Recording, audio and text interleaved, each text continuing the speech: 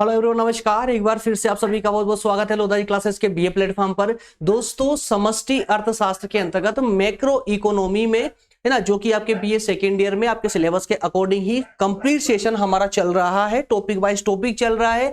5वें नंबर के लेक्चर पर आज हम डिस्कशन करेंगे राष्ट्रीय आय पर, है ना, इनकम, नेशनल इनकम पर। और नेशनल इनकम को अर्थ समझेंगे, उसकी परिभाषा पर बात करेंगे। साथ ही साथ में दोस्तों हम उसकी विभिन्न अवधारणाओं पर चर्चा करेंगे। और अवधारणाओं जैसे कि जीडीपी क्या होती है, जीएनपी क्या होती है, एनएनपी क्या होती है, पूरे विस्तार से व्यवहारिक रूप से समझने का प्रयास करेंगे दोस्तों। और एग्जाम के दृष्टिकोण से भी आपके लिए मैं सफिशिएंट डेटा आप लोगों को प्रोवाइड करने वाला हूं। डिस्क्रिप्शन के माध्यम से पीडीएफ, सभी लेक्चरों के डिस्क्रिप्शन में पीडीएफ उसकी मिल जाएगी आपको, नोट्स। वहां से आप सेशन के बाद में या एग्जाम से पहले आप बार बार उसका रिवीजन लगा करके अपने टॉपिक को क्लियर कर सकते हैं, अपने सभी डाउटों को क्लियर कर सकते हैं। दोस्तों शुरू करते हैं सेशन को डायरेक्टली मूव करेंगे। दोस्तों जैसा आप सभी को पता है, सभी जानते हैं कि समष्टि अर्थशास्त्र की यूनिट फर्स्ट के अंतर्गत दोस्तों अभी हम हमारा जो टॉपिक हुआ था ये समष्टि आर्थिक चर और राष्ट्रीय माफ कीजिएगा आय का चक्रीय प्रवाह, इस पर हमने कंप्लीट किया था लेक्चर नंबर 4।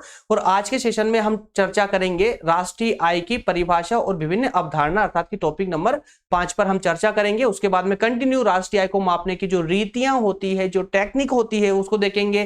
राष्ट्रीय आय का सामाजिक लेखांकन क्या होता है, आर्थिक कल्याण, है ना, राष्ट्रीय आय और आर्थिक कल्याण, टॉपिक वाइज टॉपिक सभी पर सेशन आने वाले हैं, कंटिन्यू सेशन आते हैं, ठीक है ना। आइए दोस्तों शुरू करते हैं। तो चलिए शुरू करें, उससे पहले जान लेते हैं कि आज के इस टॉपिक में, आज के इस क्लास में हमें पढ़ना क्या क्या है, किन किन बातों पर फोकस करना है। वैसे तो मैं आपको स्टार्टिंग में ही बता चुका हूं, एक बार फिर से रिपीट करवा देता हूं। दोस्तों सबसे पहले हम बात करेंगे राष्ट्रीय आय की व्याख्या पर, राष्ट्रीय आय को समझेंगे क्या होती है, ठीक है ना।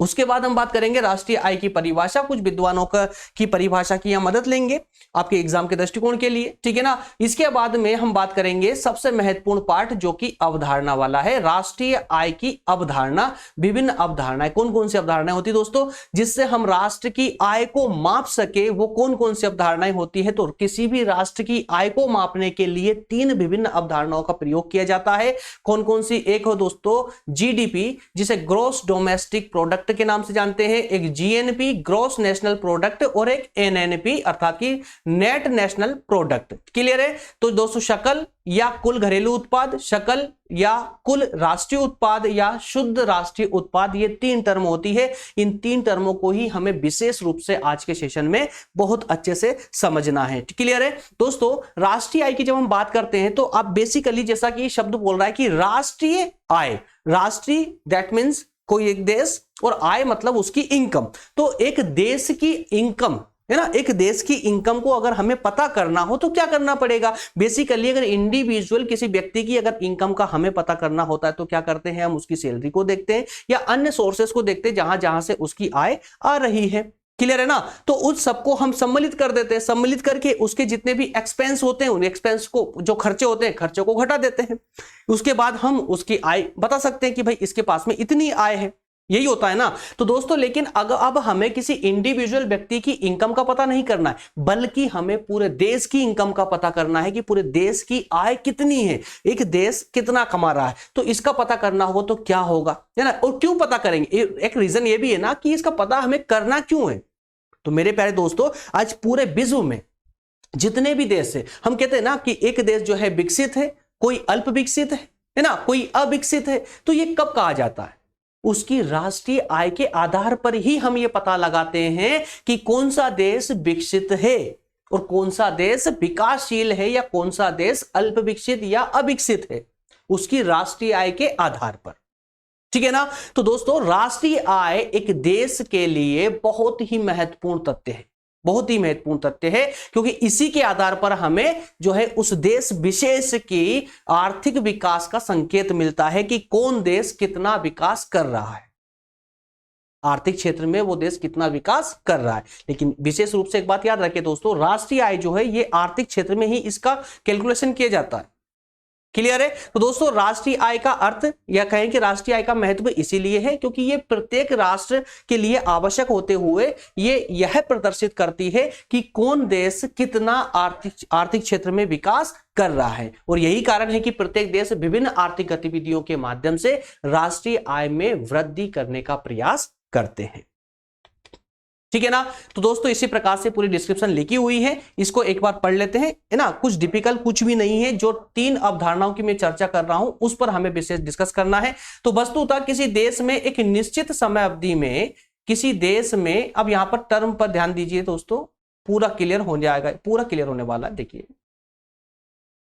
Pen pen pen, okay.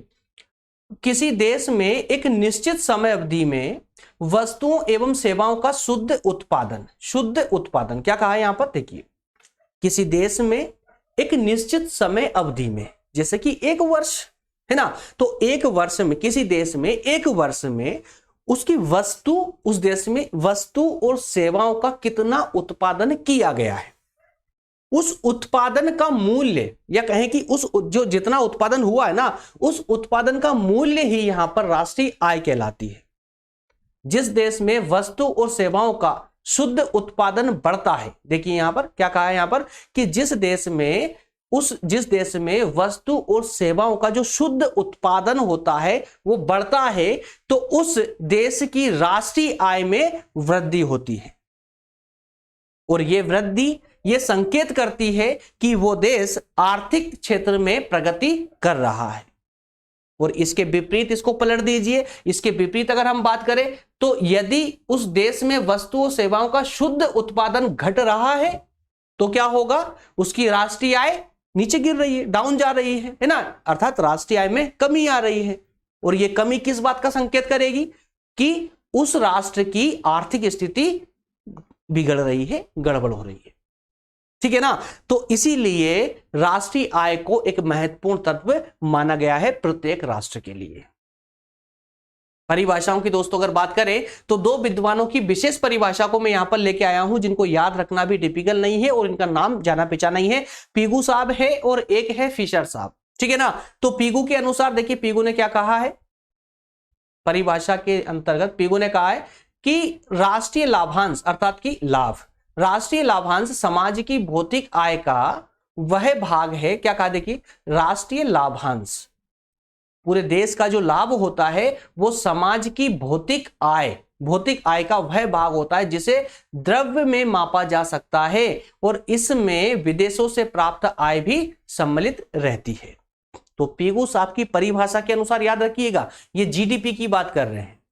अब ये कब समझ आएगी आपको, जब हम आगे उसकी अवधारणाओं को पढ़ेंगे तब आपको समझ आएगा कि ना, क्योंकि इसमें क्या कहा पीगू साहब ने कि इसमें, इस आय में, इस द्रव्य वाली जो ये आय है, इस आय में विदेशों से प्राप्त आय भी सम्मिलित रहती है, विदेशों से प्राप्त आय भी सम्मिलित रहती है, ठीक है। नेक्स्ट कहा है कि फिशर साहब ने कहा है कि फिशर के अनुसार राष्ट्रीय आय के लाभांश में केवल वे ही सेवा सम्मिलित होती है जो अंतिम उपभोक्ता को प्राप्त होती है, चाहे ये वस्तुएं भौतिक अथवा मानवीय वातावरण से प्राप्त हुई हो। दोनों का अर्थ एक समान ही है, दोनों का जो अर्थ है, जो भाव निकल रहा है, भाव एक समान ही है, ठीक है ना। तो इस प्रकार से दोस्तों आप राष्ट्रीय आय की व्याख्या और परिभाषा कर सकते हैं।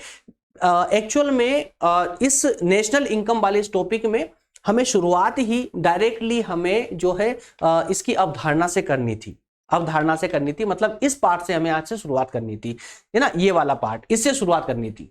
लेकिन चूंकि मैंने आपको हमेशा बताया कि मैं आपको पूरा विस्तार प्रोवाइड करूंगा प्रत्येक क्लास में, जिससे कि आप एग्जाम में देखिए आप समझ तो लेंगे तीनों अवधारणाओं को, लेकिन इसे फिर किस फॉर्मेट में देंगे, आप किस फॉर्मेट में देंगे। मान लेते हैं कि आपसे क्वेश्चन पूछ लिया गया एग्जाम में, मैंने आपको डायरेक्ट ये समझा दिया है ना, अब आपसे एग्जाम में क्वेश्चन पूछ लिया गया कि राष्ट्रीय आय किसे कहते हैं, राष्ट्रीय आय किसे कहते हैं, इसका राष्ट्र की आय में या किसी भी राष्ट्र की अर्थव्यवस्था में महत्व क्यों है, परिभाषा देकर के समझाइए। तो फिर क्या लिखते हैं आप, कंफ्यूजन, है ना। और इसी कारण से हमारे नंबर कटते हैं, क्योंकि हमें एक विस्तार नहीं मिल पाता है ना। और वैसे भी आप लोग तो जो किताबें हैं, किताबों से तो आप बहुत दूर रहते हो, बहुत परहेज करते हो किताबों से, ना। आजकल तो बस यूट्यूब ये सब कुछ हो चुका है आप लोगों के लिए, लेक्चर देख लिया आपने, समझा कि बस टॉपिक हमारा कंप्लीट हो गया। अब यूट्यूब पर भी दोस्तों सभी लेक्चर ऐसे नहीं है जो आप जो संपूर्णता या कहिए पूर्णता प्राप्त हो, मतलब लेक्चर में देखिए कुछ ना कुछ कमी जरूर होती है, टॉपिक को शॉर्ट किया जाता है तो कुछ भाग उसका छोड़ भी दिया जाता है। हालांकि कुछ टीचर है ना जो प्रयास करते हैं कि मैक्सिमम डेटा इसमें प्रोवाइड आप लोगों को कर दिया जाए, लेकिन फिर भी दोस्तों बिना पुस्तक के, यार कहते ना बिना हथियार के कोई जंग जीती जा सकती है क्या, पॉसिबल ही नहीं है। बिना पुस्तक के आप टॉप कैसे कर सकते हो? पास हो सकते हो, ठीक है, बट पढ़ ही रहे हो, समय उतना ही देना है, तो फिर क्यों ना थोड़ा ठीक से किया जाए, ठीक है ना। आइए दोस्तों, तो आपने इसकी व्याख्या को देखा, राष्ट्रीय की व्याख्या को देखा, परिभाषा को देखा। अब जो हम बात करेंगे वो करेंगे विशेष रूप से इसकी अवधारणा पर। और इसकी अवधारणा के अंतर्गत, अवधारणा का मतलब यह हुआ कि किसी राष्ट्र की, किसी भी देश की आर्थिक स्थिति को समझने के लिए या किसी भी देश की राष्ट्र की आय को समझने के लिए विशेष रूप से इन 3 टर्मों का प्रयोग होता है। और इन्हीं 3 टर्मों को हम यहां पर अवधारणा कह रहे हैं, ठीक है ना। इनका नाम एक बार ढंग से पढ़ लीजिए, जहां से कंफ्यूजन नहीं होना चाहिए, बिल्कुल भी कंफ्यूजन नहीं होना चाहिए। लास्ट सेशन में मैंने आपको बताया था सकल क्या होता है, शुद्ध क्या होता है, ये मैं सब आपको बताने वाला हूं। और आज वो वक्त आ चुका है। अब देखिए, नाम आप लोगों को अच्छे से पढ़ना है, और इसका जब हम समझेंगे तो अपने आप ये आपका कंसेप्ट क्लियर हो जाएगा, कंसेप्ट ही कंप्लीट क्लियर हो जाएगा। सबसे पहला है शकल। शकल या कुल, घरेलू उत्पाद। कौन सा उत्पाद? घरेलू उत्पाद। शकल, घरेलू उत्पाद, ऐसे याद करिए। और एक बात याद रखना, शकल और कुल एक ही शब्द है, दोनों का अर्थ एक ही है। शकल कहते हैं या कुल कहते हैं, दोनों का अर्थ एक ही है, ठीक है ना। तो यहां पर हम कहेंगे शकल घरेलू उत्पाद, इंग्लिश में क्या कहेंगे? Gross domestic product. क्या कहेंगे? ग्रॉस डोमेस्टिक प्रोडक्ट, शॉर्ट में जीडीपी, ठीक है ना। सेकंड क्या है? शकल, शकल सकल राष्ट्रीय उत्पाद है ना, ऊपर वाला घरेलू उत्पाद था और नीचे राष्ट्रीय उत्पाद है। सकल राष्ट्रीय उत्पाद, इंग्लिश में क्या कहेंगे? Gross national product, GNP. और लास्ट वाला है शुद्ध राष्ट्रीय उत्पाद, जो कि सबसे महत्वपूर्ण है। किसी भी राष्ट्र की आय को अगर आपको मापना है तो उसकी शुद्ध राष्ट्रीय उत्पाद को उठा करके देख लीजिए, है ना, कि उसकी एनएनपी कितनी है। किसी भी राष्ट्र की आर्थिक स्थिति के बारे में पता करना है तो 2-4 साल की एनएनपी चेक कर लीजिए, अपने आप पता चल जाएगा कोई कौन सा देश कितना प्रगति कर रहा है आर्थिक क्षेत्र में, ठीक है ना। तो किसी भी देश की आर्थिक प्रगति को जांचने के लिए या आर्थिक स्थिति को परखने के लिए, पता करने के लिए कोई भी देश उस राष्ट्र की एनएनपी की जांच करता है, ठीक है ना। तो ये 3 टर्म है दोस्तों, तीनों टर्मों को पूरे विस्तार से व्यवहारिक रूप से समझना है आप लोगों को। डेटा देने की टेंशन मत लेना, डेटा आप लोगों के लिए भरपूर दिया गया है, भरपूर डेटा मिलेगा आपको, कहीं से भरपूर मिलेगा। ये 2 लाइन भरपूर नहीं है, देखिए, ठीक है ना, एकमात्र एक के लिए, जीडीपी के लिए, ठीक है ना। पर इसको बस एक बार आप व्यवहारिक रूप से समझ भी लीजिए, जिससे क्या होगा कि अगर आपके माइंड में कंसेप्ट क्लियर होगा ना, तो ये जो मैटर में दे रहा हूं आप लोगों को, ये पढ़ने में और समझने में कोई दिक्कत नहीं आएगी। और ऐसे 10 स्लाइड आप खुद लिखकर फेंक दोगे अगर आपको कंसेप्ट क्लियर हो जाएगा तो, ठीक है। आइए एक बार इस कंसेप्ट को पढ़ते हैं, फिर इसको व्यवहारिक रूप से समझने का प्रयास करते हैं। हाँ, सकल घरेलू उत्पाद अर्थात कि जीडीपी। क्या होती है जीडीपी? याद रखेंगे आप लोग, किसी देश की सीमा के अंदर एक वर्ष में उत्पादित समस्त वस्तुओं एवं सेवाओं का योग। क्या कहा है यहां पर? एक देश की सीमा के अंदर, उसकी बॉर्डर के अंदर एक वर्ष में जितनी वस्तु और सेवाओं का उत्पादन हुआ है, उन सभी का योग ही जीडीपी कहलाता है। नहीं समझ आया? फिर से बता रहा हूं, देखिए, कोई राष्ट्र है दोस्तों, कोई राष्ट्र है, याद रखिएगा, एक राष्ट्र है, एक देश है, ये उसकी बॉर्डर है, ठीक है ना। तो इस बॉर्डर के अंदर जितने भी लोग हैं या जितनी भी फर्में हैं, जितनी भी कंपनी है, जितनी भी संस्थाएं हैं, जो कुछ भी है, ये सब कोई वस्तु का उत्पादन करता है, कोई सेवा का उत्पादन करता है, जैसे सॉफ्टवेयर कंपनी वगैरह। तो ये जो भी उत्पादन होता है इस देश की सीमा के अंदर, वो पूरा उत्पादन एक वर्ष का, याद रखिएगा, एक वर्ष के अंदर, तो एक वर्ष के अंदर एक देश की सीमा के अंदर कितना उत्पादन हुआ है, वो जो उत्पादन, जितना टोटल उत्पादन हुआ है ना, कुल उत्पादन जो हुआ है, वही जीडीपी कहलाता है। अब यहां पर एक बात याद रखिएगा, एक देश के अंदर एक निर्धारित समय में, मतलब एक वर्ष के अंदर जो उत्पादन हो रहा है, वो उत्पादन किसके द्वारा किया जा रहा है? नागरिकों के द्वारा तो हो ही रहा है, साथ ही साथ में विदेशी लोगों के द्वारा भी हो रहा है ना। क्योंकि विदेशी लोग, जैसे हम अगर भारत की ही बात करें तो भारत में भी कुछ विदेशी कंपनियां भी हैं, कुछ विदेशी लोग भी यहां सर्विस करते हैं, तो उनके द्वारा जो इनकम होती है वो इनकम उनके अपने देश में चली जाती है। कमाता भारत में है लेकिन चली जाती है वो विदेश में। तो जीडीपी की एक ये सबसे बड़ी कमी है ना, जीडीपी की ये सबसे बड़ी कमी है कि जीडीपी में उन लोगों को भी सम्मिलित कर लिया गया है जिनकी जो कमाते भारत में हैं लेकिन अपनी कमाई को भेज देते हैं बाहर, है ना। इसलिए सिर्फ जीडीपी के आधार पर किसी राष्ट्र की इनकम को नहीं आंका जा सकता। बस आप खाली जीडीपी के कंसेप्ट को समझते चलिए। जीडीपी में दो बात विशेष याद रखेंगे कि देश की सीमा के अंदर और एक वर्ष के अंदर, है ना। तो किसी देश की सीमा में एक वर्ष के अंदर, है ना, कुल लोगों के द्वारा जो वस्तु और सेवाओं का उत्पादन होता है उसका योग ही जीडीपी अर्थात सकल घरेलू उत्पाद कहलाता है। परिभाषा देखिए, परिभाषा भी इसके अर्थ को ही व्यक्त करती है। क्या कहा है? किसी देश की भौगोलिक सीमा के अंदर, भौगोलिक सीमा के अंदर। अब ये भौगोलिक सीमा क्या होती है दोस्तों? ये भौगोलिक सीमा में आपकी धरती, लैंड, है ना, लैंड एरिया और वाटर एरिया, ये दोनों आ जाएगा, लैंड एरिया और वाटर एरिया, ठीक है ना। धरती, जमीन और जो जल क्षेत्र है, प्रत्येक राष्ट्र का होता है ना 12 किलोमीटर 12 मील तक का जो क्षेत्र होता है, तो वो सब जो है उस राष्ट्र की भौगोलिक सीमा कहलाती है। तो उस भौगोलिक सीमा के अंदर, अब यहां देखिए वापस परिभाषा पे आइए, किसी देश की भौगोलिक सीमा के अंदर एक वर्ष की अवधि में उत्पादित अंतिम वस्तुओं सेवाओं के द्रव्यिक मूल्य के योग को सकल या कुल राष्ट्रीय उत्पाद कहा जाता है, अर्थात जीडीपी कहा जाता है। मेरे ख्याल से ये कंसेप्ट अभी क्लियर हुआ होगा ना। अभी आगे जब तीनों कंसेप्ट को समझेंगे एकदम पूरा क्लियर होने वाला है। बढ़ते चलिए आगे। देखिए अब जिस परिभाषा की हमने अभी बात की है, इस परिभाषा के अकॉर्डिंग जो भौगोलिक सीमा की हमने बात की है, वो भौगोलिक सीमा क्या है दोस्तों? क्या है? अंतरराष्ट्रीय मान्यता प्राप्त कुल भूमि, है ना, भूमि, ठीक है ना, भूमि क्षेत्र और जल क्षेत्र से। और यहां पर सकल या कुल एक ही अर्थ है, मैं पहले समझा चुका हूं आपको, है ना, और लिख के भी दिया है मैंने आपको ताकि आप आगे चल करके भूले नहीं, है ना। इसमें पूंजी मूल्यह्रास की राशि सम्मिलित होती है, ये याद रखिएगा।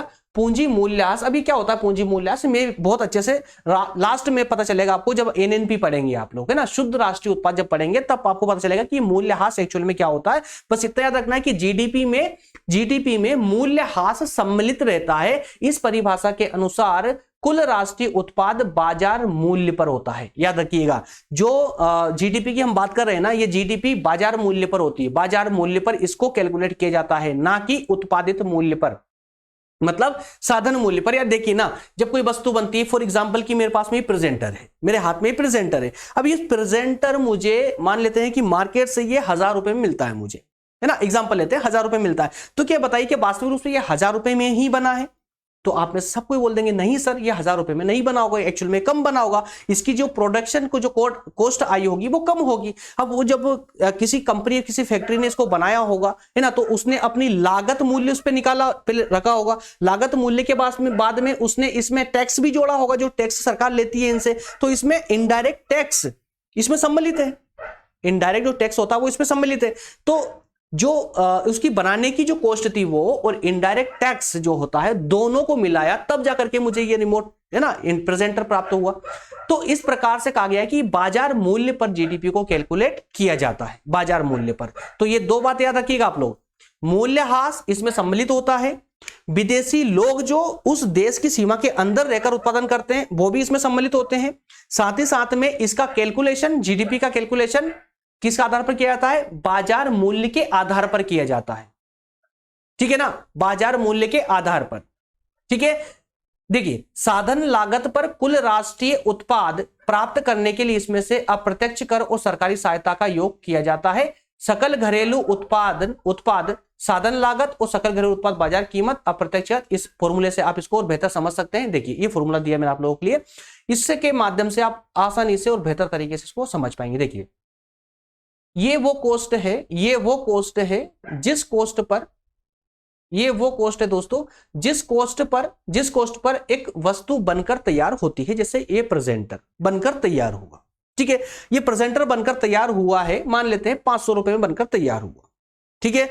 तो अब क्या हुआ कि इस पर इनडायरेक्ट टैक्स जुड़ा, मान लेते हैं कि 500 रुपए इसमें इनडायरेक्ट टैक्स जोड़ दिया। तो अब चूंकि अब जब इसमें 500 रुपए का इसकी फैक्टर कॉस्ट थी, बनाने की कॉस्ट थी, बनाने का खर्च था, इसमें 500 रुपए टैक्स जोड़ दिया गया है, उनका प्रॉफिट भी जोड़ दिया, कुल मिलाकर के अब ये 1000 रुपए का हो चुका है। तो ये 1000 रुपए कौन सी कीमत होगी? ये 1000 रुपए कौन सी कीमत होगी दोस्तों? तो ये मार्केट प्राइस होगी, जिस प्राइस में मुझे मिला है। क्लियर है ना? तो जिस प्राइस पर मुझे ये मिला ये मार्केट प्राइस होगी। तो अगर इस मार्केट प्राइस को मुझे फैक्टर कॉस्ट में चेंज करना है तो क्या करना पड़ेगा? मार्केट प्राइस में से जो टैक्स इसमें लगा है ना, उस टैक्स को घटा देंगे। देखिए ना, अगर हमें जीडीपी को फैक्टर कॉस्ट में पता करना, फैक्टर कॉस्ट तो समझ गया ना, कोई कंफ्यूजन नहीं ना। फैक्टर कॉस्ट मतलब कि वस्तु जिस मूल्य पर बनकर तैयार हुई थी, अभी ये बाजार में बिकने के लिए नहीं गई है, जब बिकने के लिए जाएगी तो इसमें उस फैक्ट्री का लाभ भी होगा और साथ ही साथ में उसमें टैक्स वगैरह जो होगा वो भी ऐड होगा, तो इसका मूल्य जो कीमत होगी वो और बढ़ जाएगी। ठीक है ना? तो इस तरह से जीडीपी में से अगर जीडीपी को फैक्टर कॉस्ट पे हमें फाइंड आउट करना है तो उसके लिए दोस्तों हमें इसकी मार्केट प्राइस जो है उस मार्केट प्राइस में से इनडायरेक्ट टैक्स को घटा देंगे और अगर सरकारी सहायता मिली है, सब्सिडी मिली है तो उसको जोड़ देंगे। अब ये क्यों, जरा इसको थोड़ा सा समझ लीजिए आप लोग, आपको क्लियर हो जाएगा। देखिए यहां पर क्या होता है कि मान लेते हैं कि कोई ऐसी वस्तु है जिसका प्रोडक्शन बहुत कम हो रहा है। ध्यान से सुनिएगा आप इस बात को। मान ले कोई ऐसी वस्तु है जिसका प्रोडक्शन बहुत कम हो रहा है। अब सरकार चाहती है कि उस वस्तु का प्रोडक्शन बढ़े। ठीक है, तो उसके लिए क्या होगा? जैसे कि अभी कोरोना काल में मास्क का प्रोडक्शन क्या हुआ था? बहुत कम था। उसको बढ़ाने के लिए सरकार ने क्या किया था? सरकारी सहायता अर्थात सब्सिडी देना चालू कर दिया था। ठीक है ना? तो अब देखिए एक मास्क बनाने वाली कंपनी है, वो मास्क बनाती है, मान लेते हैं एक मास्क उसको 5 रुपए में पड़ता है, 5 रुपए में पड़ता है। अब वहीं पर 2 रुपए की सहायता सरकार करती है, तो अब एक्चुअल में मास्क उसको कितने का पड़ रहा है? मात्र 3 रुपए का। जो उसकी बनाने की कॉस्ट है वो 3 रुपए की पड़ रही है, पर एक्चुअल में उसकी कॉस्ट तो 5 रुपए थी ना, 2 रुपए सरकार ने दिए थे। तो अगर हमें उसकी वास्तविक कीमत निकालनी है तो उसमें से उस सरकार की सहायता को हटाना पड़ेगा। ठीक है ना? एक्चुअल कॉस्ट में से। अब जब वो वस्तु मार्केट में आएगी तो कितने में आएगी? 3 रुपए में। वो मास्क जो बनकर एक्चुअल में 5 रुपए में तैयार हुआ था, लेकिन सरकार ने उसको सहायता देकर के उसकी कीमत कितनी करवा दी? 3 रुपए। अब बाजार में कितने में आया वो? 3 रुपए में। ठीक है ना? मार्केट प्राइस 3 रुपए उसकी, और एक्चुअल वास्तविक प्राइस कितनी थी उसकी? 5 रुपए। तो उसे अगर वास्तविक प्राइस में बदलना हो तो क्या करना पड़ेगा भाई? जो सब्सिडी सरकार ने दी थी उसको जोड़ना पड़ेगा इसमें, तब जाकर के वो अपनी एक्चुअल प्राइस में आ पाएगा, एक्चुअल कॉस्ट में आ पाएगा। ठीक है ना? उसी तरह से अगर कोई वस्तु ऐसी है जिसे सरकार से कोई लेना देना नहीं है, सरकार को कोई मतलब नहीं है, आप बनाओ तो बनाओ, नहीं बनाना है कोई दिक्कत नहीं है, लेकिन कंपनी अपने मुनाफे के लिए बनाती है, तो क्या करती है वो? उस पर सरकार टैक्स लगा देती है। भाई हम तो टैक्स लेंगे, आपको नहीं बनाना मत बनाइए, टैक्स लेंगे, तो टैक्स उसमें जोड़ देते हैं। तो एक्चुअल में मान लेते हैं कि वही मास्क अगर उसकी डिमांड नहीं है तो क्या होगा कि वही मास्क जो है 5 रुपए में बनकर तैयार हुआ था, तो अब सरकार उस पर 2 रुपए टैक्स लगा देती है। कितने रुपए हो गया? वो 7 रुपए का हो चुका है, मार्केट में आकर 7 रुपए का हो गया। अब वो 7 रुपए में बिकेगा मास्क। ठीक है ना? तो 7 रुपए, तो उसमें से इनडायरेक्ट टैक्स अगर हम मार्केट प्राइस में से घटा देंगे तो वो एक्चुअल कॉस्ट में आ जाएगा। तो ये फॉर्मूला उसी का है दोस्तों कि जीडीपी फैक्टर कॉस्ट अगर हमको पता करना है तो जो मार्केट प्राइस है जीडीपी की, उस मार्केट प्राइस में से हम इनडायरेक्ट टैक्स को हटा देंगे और सब्सिडी को, जो कि सरकारी सहायता है, उसको जोड़ देंगे। क्लियर हुआ? तो इस प्रकार से दोस्तों यहां पर कहा गया है, देखिए इसमें सेकेंड लाइन इसको पढ़िए इसको, कि बाजार कीमत, एक मिनट पेन लेते हैं, बाजार कीमत पर जीडीपी की तुलना में साधन लागत अर्थात की फैक्टर कॉस्ट है ना, फैक्टर कॉस्ट की जीडीपी श्रेष्ठ होती है। क्यों श्रेष्ठ होती है भाई? हकीकत ना, वास्तविक जो कीमत है वो ज्यादा अच्छी होगी ना, वास्तविक कीमत वाली। तो ये क्यों होगी? क्योंकि इसमें जो अप्रत्यक्ष कर और सरकारी सहायता, इसका समायोजन कर लिया जाता है। समायोजन मतलब कि अप्रत्यक्ष कर को घटा दिया जाता है और सब्सिडी को जोड़ दिया जाता है। इसलिए जो साधन लागत की कीमत होती है अर्थात फैक्टर कॉस्ट जो होता है, वो उस पर अगर हम जीडीपी को अगर जोड़ेंगे तो ज्यादा बेहतर होगा, जीडीपी को आंकेंगे ज्यादा बेहतर होगा। अप्रत्यक्ष कर के कारण मूल्य में क्या हो जाता है? वृद्धि हो जाती है। अप्रत्यक्ष कर के कारण मूल्य में वृद्धि हो जाती है और सरकारी सहायता के कारण मूल्य में कमी हो जाती है। आप समझ चुके हैं, मैं समझा चुका हूं, लेकिन फिर भी मैंने आप लोगों को इस कंप्लीटली लिख दिया है जिससे कि आपको आगे चलकर कोई कंफ्यूजन ना रहे, आप इजीली इसका रिवीजन कर पाए। क्लियर है? तो मेरे ख्याल से दोस्तों मुझे बताइएगा कि ये जो राष्ट्रीय जीडीपी की हमने बात की है, शुद्ध माफ कीजिएगा, कुल घरेलू उत्पाद की जो हमने बात की है, ग्रॉस डोमेस्टिक प्रोडक्ट की बात की है, ये कंसेप्ट पूरा आपको समझ आया होगा, है ना। अब इसी के आधार पर हम अब आगे वाले पार्ट को कंप्लीट करने वाले हैं, जिसमें हम बात करेंगे जीएनपी की, मतलब कुल राष्ट्रीय उत्पाद की। अभी हमने कुल घरेलू उत्पाद देखा, अब हम देखेंगे कुल राष्ट्रीय उत्पाद, ठीक है ना। मैं फिर से रिवीजन करवाऊंगा आप लोगों का। ये देखिए कि जब हमने जीडीपी को देखा था, शॉर्ट में बोल रहा हूं जीडीपी, है ना, कंफ्यूज मत होइएगा। जब हम जीडीपी को देख रहे थे तो जीडीपी में क्या था, जीडीपी में क्या था दोस्तों, जीडीपी में देश की सीमा के अंदर, देश की सीमा के अंदर एक वर्ष में जितना उत्पादन हुआ वो सब इसमें जोड़ लिया जाता है, ठीक है ना। लेकिन जब हम जीएनपी की बात करते हैं, जीएनपी की बात करते हैं मतलब कि राष्ट्रीय उत्पाद की बात करते हैं मेरे दोस्तों, तो राष्ट्रीय उत्पाद के अंदर मैंने आपको, देखिए वापस से आ रहा हूं जीडीपी पर। जीडीपी को दोस्तों जब हमने देखा था जीडीपी को, तो उस समय मैंने आपको एक बात बताई थी कि जीडीपी में विदेशी लोग भी सम्मिलित होते हैं, विदेशी लोग भी सम्मिलित होते हैं, जो देश के अंदर रहते हैं वो उत्पादन करते हैं, उस उत्पादन को भी जोड़ लिया जाता है ना। लेकिन दोस्तों हम राष्ट्रीय उत्पाद की जब हम बात करते हैं तो राष्ट्रीय उत्पाद में इस सीमा को नहीं माना जाता, राष्ट्र की सीमा को नहीं माना जाता, बल्कि सीमा की जगह उस राष्ट्र के नागरिक शब्द का इस्तेमाल किया जाता है। किसका? नागरिक शब्द का इस्तेमाल किया जाता है, नागरिक कहें या उस देश के लोगों का इस्तेमाल किया जाता है कि उस देश के लोगों के द्वारा जो उत्पादन किया जा रहा है वही उत्पादन कुल राष्ट्रीय उत्पाद कहलाता है। फिर से रिपीट कर रहा हूं, जीडीपी में क्या था, देश की सीमा के अंदर चाहे वो उस देश का नागरिक हो चाहे वो विदेशी हो, जो भी उत्पादन करेगा वो सब जीडीपी में आ जाएगा। लेकिन जब बात करते हैं हम कुल राष्ट्रीय उत्पाद की, तो कुल राष्ट्रीय उत्पाद में उस देश के लोगों के द्वारा जो उत्पादन किया गया है मात्र वही उत्पादन जीएनपी में शामिल होगा, ठीक है। अब यहां पर क्या होता है कि अगर मान लेते हैं, अब ये खुद सोच के देखिए कि अगर इस देश में, ये आपकी जीडीपी है, ये आपकी जीडीपी वाला कंसेप्ट है, और ये आपका जीएनपी वाला है, जीएनपी है, ठीक है ना, जीएनपी है। अब मान लेते हैं कि इस देश में, भारत का एग्जांपल लेते हैं, भारत में जो विदेशी लोग हैं भारत से पैसा कमा करके और अपने देश भेज रहे हैं, है ना। मान लेते हैं कि 1 करोड़ या थोड़ा कम हो जाएगा, 100 करोड़ रुपए लिख देते हैं, 100 करोड़ रुपए विदेशी लोगों के द्वारा भारत में पैसा कमा करके बाहर चला जाता है, विदेशों में चला जाता है, क्लियर है। अब वहीं जो भारत के, अब भाई भारत के भी तो नागरिक हैं जो विदेशों में रह रहे हैं, तो वो लोग भी अपना वहां पर व्यापार करते हैं या वहां पर सर्विस करते हैं, तो वहां से जो पैसा इनकम होती है वो भारत में आती है।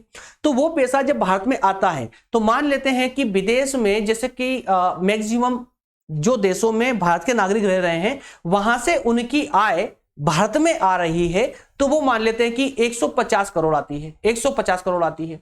तो अब क्या होगा, देखिए यहां पर भारत में जो विदेशी लोग थे वो कम कमा रहे हैं, कितना, 50 करोड़, बल्कि जो भारत के जो नागरिक हैं विदेशों में रहकर के 50 करोड़ ज्यादा कमा रहे हैं, 150 करोड़ का लेकर आ रहे हैं पैसा, है ना। तो जब वो 150 करोड़ जा रहा है भारत से और 150 करोड़ आ रहा है, तो फायदा कितना हुआ भारत को, 50 करोड़ का, ठीक है ना। तो 50 करोड़ का फायदा हो, तो यही कंसेप्ट आगे ये है कि अगर विदेशी लोग देखिए, अगर विदेशी लोग अगर कम पैसा कमाते हैं भारत में, है ना, जैसे कि अगर हम जीडीपी में से, जो हमारी जीएनपी है मान लीजिए कि जीएनपी में से अगर हम विदेशी लोगों की आय को घटाएं और भारत के नागरिकों द्वारा विदेशों से कमाई जाने वाली आय को जोड़ें, है ना, तो इन दोनों में जो अंतर होता है, अगर ये अंतर सकारात्मक होता है, सकारात्मक कब होगा, जब भारत के नागरिक विदेशों से ज्यादा पैसा लेकर आए और भारत से कम पैसा जाए,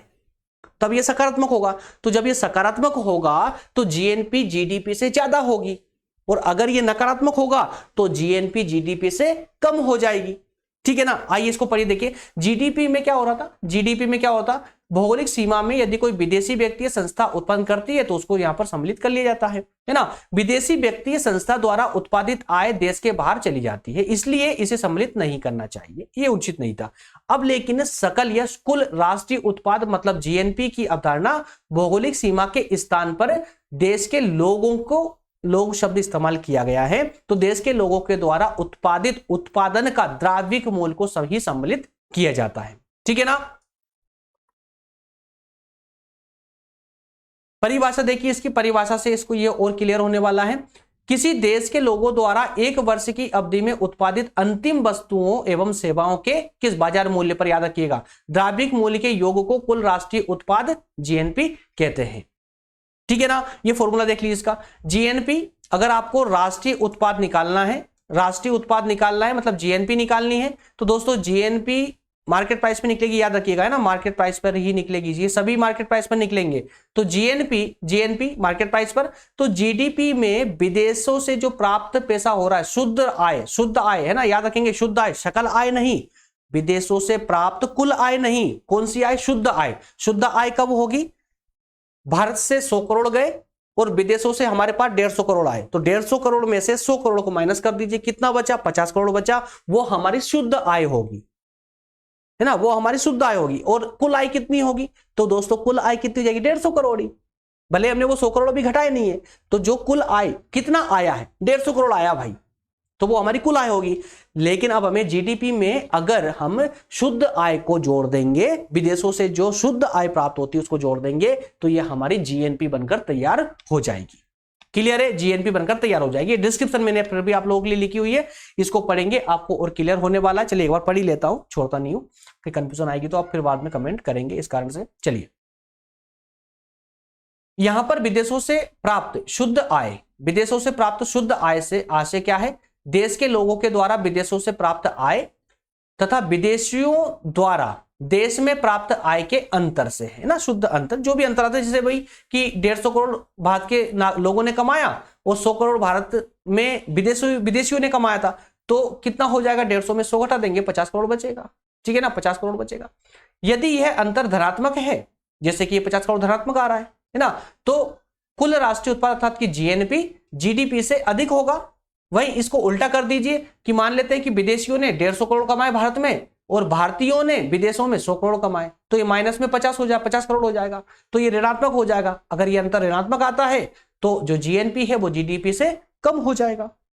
प्रॉब्लम क्या है, बाजार कीमत पर प्राप्त कुल, अब देखिए यहां पर अब हम बात करें कुल राष्ट्रीय उत्पाद की। अब आपने राष्ट्रीय उत्पाद समझ लिया है, कुल राष्ट्रीय उत्पाद, है ना। अब मैंने क्या बताया था कि राष्ट्रीय उत्पाद मार्केट प्राइस पर है, राष्ट्रीय उत्पाद मार्केट प्राइस पर, लेकिन अगर हमें इसे फैक्टर कॉस्ट पर लाना है ना, एक्चुअल कॉस्ट पर लाना है, तो उसके लिए क्या करना पड़ेगा, देखिए जीएनपी जो फैक्टर कॉस्ट है, सेम फॉर्मूला है कि जो मार्केट प्राइस वाली जीएनपी है उसमें से इनडायरेक्ट टैक्स को घटा दीजिए और सब्सिडी को जोड़ दीजिए, सेम फॉर्मूला चलने वाला है। ठीक है ना, यार समझ आ रहा है ना दोस्तों, कमेंट करते रहिए यार, मुझे बताते रहिए कि हाँ सर समझ आ रहा है। तो इकोनॉमी है एक्चुअल में, कहीं पर कुछ भी कंफ्यूजन हो सकती है। आइए अब थर्ड और लास्ट वाली हम धारणा की बात करेंगे, जिसका हमें अभी तक इंतजार भी था, और एक्चुअल में किसी देश की जो वास्तविक आय होती है वो किससे होती है, तो वो यही होती है एनएनपी, है ना। एनएनपी से ही किसी देश की आर्थिक प्रगति का पता लगाया जा सकता है, शुद्ध राष्ट्रीय उत्पाद, एनएनपी से। क्या होती है एनएनपी, एनएनपी कुछ नहीं है, वही राष्ट्रीय उत्पाद ही है, कुल राष्ट्रीय उत्पाद है। लेकिन उस राष्ट्रीय, देखिए राष्ट्रीय उत्पाद तो है ही ना, कुल राष्ट्रीय उत्पाद है, उस कुल राष्ट्रीय उत्पाद की अगला जो चरण है वो क्या है, शुद्ध राष्ट्रीय उत्पाद। भाई आपका राष्ट्रीय कुल राष्ट्रीय उत्पाद, देखिए मैं फिर से बता रहा हूं, कुल राष्ट्रीय उत्पाद, कुल राष्ट्रीय उत्पाद, ये कुल राष्ट्रीय उत्पाद, ये अभी अभी आप समझ के आए हैं, है ना। जीएनपी, क्या बोला आपको, जीएनपी, जीएनपी। अब इसको हमें जो कुल की जगह, कुल के स्थान पर हमें अब शुद्ध इस्तेमाल करना है, शुद्ध करना है, शुद्ध राष्ट्रीय उत्पाद निकालना है हमें, शुद्ध राष्ट्रीय उत्पाद निकालना है। तो क्या करना पड़ेगा, जो हमने जिसको घटाना था, विदेशों से जो प्राप्त हुई थी आय, हमने उसको माइनस प्लस कर लिया है, उसको सकारात्मक है, है ना। तो हमारी जीएनपी जो भी आती है, राष्ट्र का जो उत्पादन, जो आय आती है, वो क्लियर हो जाती है कि हमने इतना कमाया है। मान लेते हैं कि एक वर्ष में भारत विदेशी लोगों के द्वारा भारत में जो कमाया गया था उसको माइनस करने के बाद, मान लेते हैं कि एग्जांपल ले रहे हैं दोस्तों, मान लेते हैं कि 1000 करोड़ रुपए की आय होती है एक विशेष सेक्टर से, या कंप्लीटली मान लेते हैं, है ना। क्या है ये? जीएनपी है। जीएनपी 1000 करोड़ रुपए की आय होती है।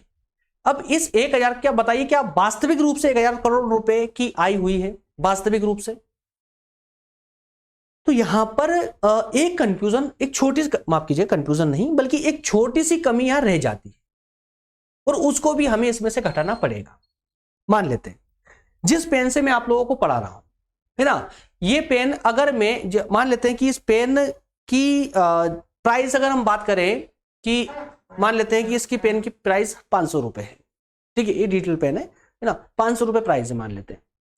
अब 500 रुपए, क्या बताइए मुझे, क्या ये 10 वर्ष बाद भी क्या इसकी प्राइस रहेगी, या फिर किसी अटाले में पाओगे इसको? चलो इसको छोड़िए, ये बताइए मुझे कि एक समय था जब आप कीपैड मोबाइल यूज किया करते थे, और उस समय कीपैड मोबाइल की वैल्यू बहुत थी, है ना। बताइए कि 5G के जमाने में आज उस कीपैड मोबाइल की कोई वैल्यू है? 2-4 तो आपके घर में पड़े होंगे, और प्रत्येक घर में देखने को मिल जाएंगे, जो कि बच्चे खेलते रहते उस समय, है ना, जरूरत नहीं पड़ती किसी को उसकी। तो ऐसा क्यों हुआ है? वैल्यू कम होती गई, धीरे धीरे उसकी वैल्यू कम होती जाती है। क्यों होती है वैल्यू कम क्यों होती है? उसका ह्रास होता है, मूल्य ह्रास होता है। चलिए उसका मान लेते हैं महत्व हमेशा रहने वाला भी, जैसे कि इस पेन का महत्व हमें, जब तक मैं आपको पढ़ाऊंगा तब तक इस पेन की मदद मुझे लगेगी ही लगेगी। चलिए, तो ये कीपैड मोबाइल तो नहीं बनने वाला, ये तो पक्का है ना। ये पेन तो कंपलसरी है, जब तक मैं आपको पढ़ाऊंगा तब तक ये पेन कंपलसरी, जब तक मैं आपको डिजिटली पढ़ा रहा हूं ये पेन कंपलसरी है। तो लेकिन ये बताइए मुझे, क्या ये कितनी सर्विस होगी इसकी? हो सकता है कि 1 वर्ष की सर्विस हो, 2 साल चल जाएगा, इससे ज्यादा तो नहीं चल पाएगा, है ना। तो प्रत्येक, अब एक दिन में तो पूरा घिसेगा नहीं, जो नोक है इसकी पूरी एक दिन में तो नहीं घिस जाएगी, लंबी चलने वाली है, लेकिन प्रतिदिन थोड़ा थोड़ा इसमें से ह्रास हो रहा है, लॉस हो रहा है। तो उस प्रतिदिन वाले जो लॉस है ना, अब प्रतिदिन लॉस को तो मैं उसको कैलकुलेट नहीं कर पाऊंगा, तो साल भर का पूरा जितना लॉस हुआ है उस लॉस को कैलकुलेट करके इस 1000 करोड़ रुपए में से घटा देंगे। मतलब कि भारत में जिन मशीनों के द्वारा उत्पादन हो रहा है उन मशीनों में कितना मूल्य का ह्रास हुआ है, उस मूल्य ह्रास को हम इस 1000 करोड़ में से घटा देंगे। तो उस घटाने के बाद में जो भी वस्तु आएगी, जो भी मूल्य आएगा, वो हमारा शुद्ध राष्ट्रीय उत्पाद कहलाएगा, अर्थात एनएनपी कहलाएगी। इस कहानी से कुछ समझ आया ना? अब इस कहानी की जो डिस्क्रिप्शन है उसको भी आप लोग पढ़िए, अब आपको पूरा कंप्लीट होने वाला। देखिए, जब देश में विभिन्न प्रकार की वस्तुएं उत्पादित की जाती, अलग अलग प्रकार की जब वस्तुएं बनाई जाती है, तो इसमें पूंजीगत वस्तुओं और मशीनों का मूल्य ह्रास हो जाता है, मूल्य का ह्रास हो जाता है, यह एक भाग घिसावट के कारण समाप्त हो जाता है। अतः कुल राष्ट्रीय उत्पाद का भाग प्रति वर्ष मूल्य ह्रास द्वारा समाप्त हुई पूंजी को प्रतिस्थापित करने में लग जाता है। मतलब कि जो हमने कमाया है वास्तविक रूप से, उसका कुछ भाग, पैसों का कुछ भाग उन जो ह्रास हुआ है मशीनों का, उसमें लग जाता है, रिपेयरिंग वगैरह में लग जाता है, जिससे कि देश की उत्पादन क्षमता को बनाए रखा जा सके, कि हमारा ये प्रोडक्शन बना रहे, ठीक है ना। तो किसी वर्ष के कुल राष्ट्रीय उत्पाद में से यदि वर्ष में होने वाला जो मूल्य ह्रास है उसको अगर हम घटा देंगे तो शुद्ध राष्ट्रीय उत्पाद प्राप्त हो जाता है। जीएनपी, कुल राष्ट्रीय उत्पाद में से अगर हम मूल्य ह्रास को हटा दें, घटा दें, तो शुद्ध राष्ट्रीय उत्पाद प्राप्त हो जाता है। मतलब ये कि जीएनपी में से एन जो मूल्य ह्रास हुआ, डेप्रिसिएशन जिसे हम बोलते हैं, डेप्रिसिएशन जो हुआ है उस डेप्रिसिएशन को घटा देंगे तो एनएनपी प्राप्त हो जाएगा। अतः स्पष्ट है कि समायोजित जीएनपी ही एनएनपी होती है। संक्षेप में शुद्ध राष्ट्रीय उत्पाद इज इक्वल टू कुल राष्ट्रीय उत्पाद माइनस मूल्य पूंजी ह्रास, NNP is equal to GNP minus depreciation मतलब कि मूल्य ह्रास। क्लियर है दोस्तों? चलिए आगे बढ़ते हैं। एनएनपी एक वर्ष में वस्तुओं और सेवाओं के उस प्रवाह को व्यक्त करता है जिसका प्रयोग अर्थव्यवस्था की उत्पादन क्षमता को बिना हानि पहुंचाए किया जा सकता है। किंतु इस धारणा में सबसे बड़ा दोष क्या है कि वार्षिक पूंजी मूल्य ह्रास की गणना करना एक कठिन कार्य है। विभिन्न फर्में मूल्य ह्रास के लिए अलग अलग विधि का प्रयोग करती है, इसलिए थोड़ा सा कठिन कार्य है। साधन लागत पर शुद्ध राष्ट्रीय उत्पाद प्राप्त करने के लिए बाजार कीमत प्राप्त, बात वही है जो फॉर्मूला मैं आपको शुरू से बताते आ रहा हूं, सेम टू सेम है ना। एनएनपी फैक्टर कॉस्ट पर अगर ज्ञात करना है तो मार्केट प्राइस में से इनडायरेक्ट टैक्स को हटा दीजिए, सब्सिडी को जोड़ दीजिए, आपकी टेंशन समाप्त हो जाएगी। साधन लागत पर शुद्ध राष्ट्रीय उत्पाद को ही राष्ट्रीय आय कहा जाता है। साधन लागत पर याद रखिएगा कि अगर आपको शुद्ध राष्ट्रीय उत्पाद निकालना है, शुद्ध राष्ट्रीय उत्पाद मतलब किसी देश की वास्तविक आय का पता करना है ना, तो आप इस फैक्टर कॉस्ट वाली एनएनपी को पता कर लीजिए, उस देश की वास्तविक आय पता चल जाएगी। क्लियर है? ठीक है ना। तो दोस्तों इस प्रकार से हमारा ये नेशनल इनकम वाला कंसेप्ट होता है पूरी तरह से क्लियर। कोई डाउट हो तो मुझे बताइएगा। और नेक्स्ट पार्ट में हम ये राष्ट्रीय आय को मापते कैसे हैं उसकी 3 वीडियो पर हम चर्चा करेंगे, है ना। 3 वीडियो पर चर्चा करेंगे। माफ कीजिएगा सेशन थोड़ा सा लंबा हो गया है, चूंकि जरूरत थी इस टॉपिक को समय देने की, इस कारण से लंबा हुआ है। मिलेंगे नेक्स्ट सेशन में दोस्तों, तब तक आप सभी का बहुत बहुत धन्यवाद। Thank you.